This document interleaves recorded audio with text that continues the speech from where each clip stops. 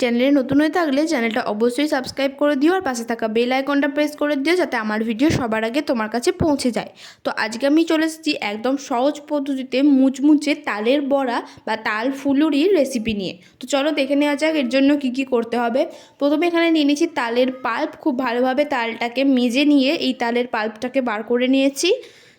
এটাই আমাদের দরকার তালের বড়া তৈরির জন্য।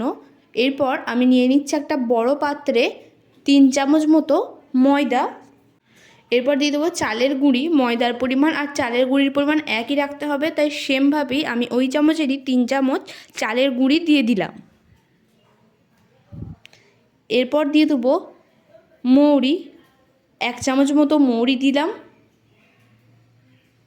এরপর দিয়ে দিচ্ছি একটু নুন, খুব বেশি নুন দেবো না, খুব নুন হয়ে গেলে খেতে ভালো লাগে না, তাই অল্প একটু নুন দিয়ে নিলাম। আর দিচ্ছি একদম অল্প, একদম 1 চিমটে মতো বেকিং সোডা।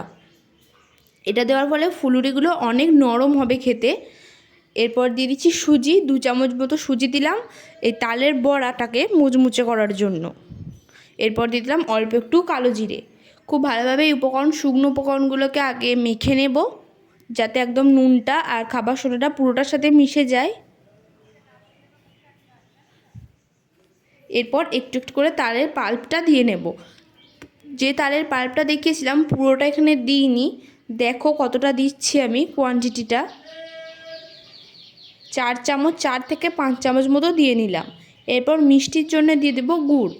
গুড়ের কোয়ান্টিটিটাও দেখে নাও, এখানে বড় চামচের 2 চামচ মতো গুড় দিলাম। খুব বেশি মিষ্টিও করব না, তো যে যেমন মিষ্টি খাও সে তেমনভাবেই গুড়ের পরিমাণটা দিও।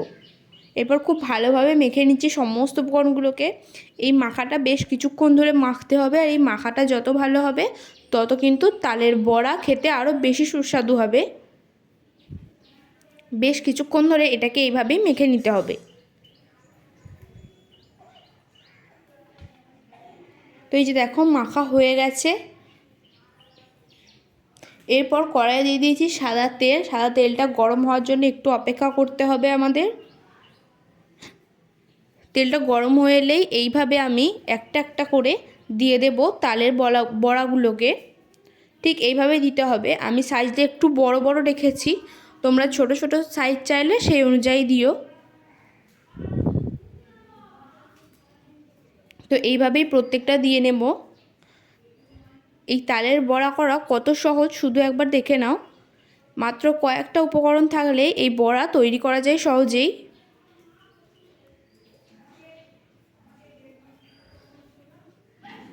এইভাবে অনেকগুলো দিয়ে নিলাম আমি।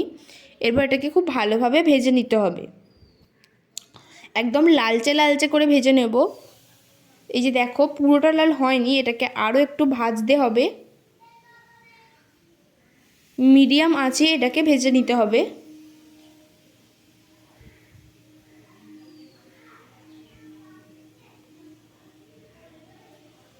তো এই যে দেখো বেশ লাল লাল হয়ে এসেছে। এটা কিন্তু একটু লাল লাল হলে তবেই খেতে ভালো লাগে, তাই লাল লালটা একটু বেশি করেই করতে হবে, তবে দেখো যেন পুড়ে না যায়। এই যে দেখো লাল লাল হয়ে গেছে। এরপর আমি তুলে নিচ্ছি, প্রত্যেকটাকে এইভাবেই তুলে নেব। তেলটা এইভাবে ছেড়ে ছেড়ে তুলে নিতে হবে। খাবার সোডা দেওয়ার ফলে এই বড়াগুলো যে কতটা নরম হয়েছে সেটা তোমরা বানালেই দেখতে পারবে। তো এইভাবে তুলে নিলেই তৈরি হয়ে যাবে আমাদের তালের বড়া বা তাল ফুলুরি, যে যাই বলো। তো কেমন লাগলো ভিডিওটা অবশ্যই জানিও, ভালো লাগলে অবশ্যই একটা লাইক করে দিও।